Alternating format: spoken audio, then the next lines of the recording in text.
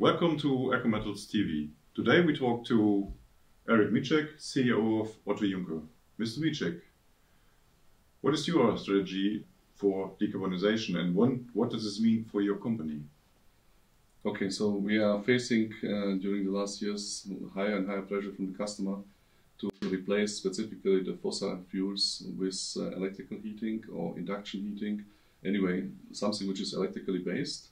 And this is one of the main focuses which we are targeting, to be able to provide our equipment with minimum CO2 footprint, which means today heated by induction or by electricity. Let's have a look to the technologies. So what kind of technologies you offer?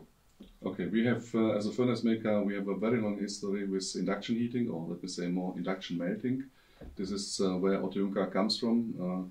You may know that Otto Junker will be 100 years old company next year, and basically we started with the melting area and with induction melting many years ago.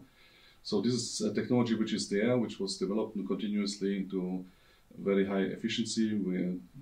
Just as a text, we are using IGBT inverters and many other modern technologies. And then, of course, historically there have been a lot of fossil fuels burning in the past, and electrical heating as a minority, and this is just changing. So the technologies for the heatings are changing to induction and electrical resistant heating, and this is, let me say, the development which you can see in the industry during the last years, and especially for the projects which are now under negotiations and planned for the near future. I see. So what can and what should be the role of hydrogen in the thermal process industry? That is a topic which is, for me, has very special history. I know hydrogen since many years. One of my first equipment, which at that time as a R&D person have been in charge of, was 100% hydrogen atmosphere inside of the furnace, but this was for metallurgical reasons. This means using hydrogen for reduction for metallurgical reasons, and this is something which is absolutely required.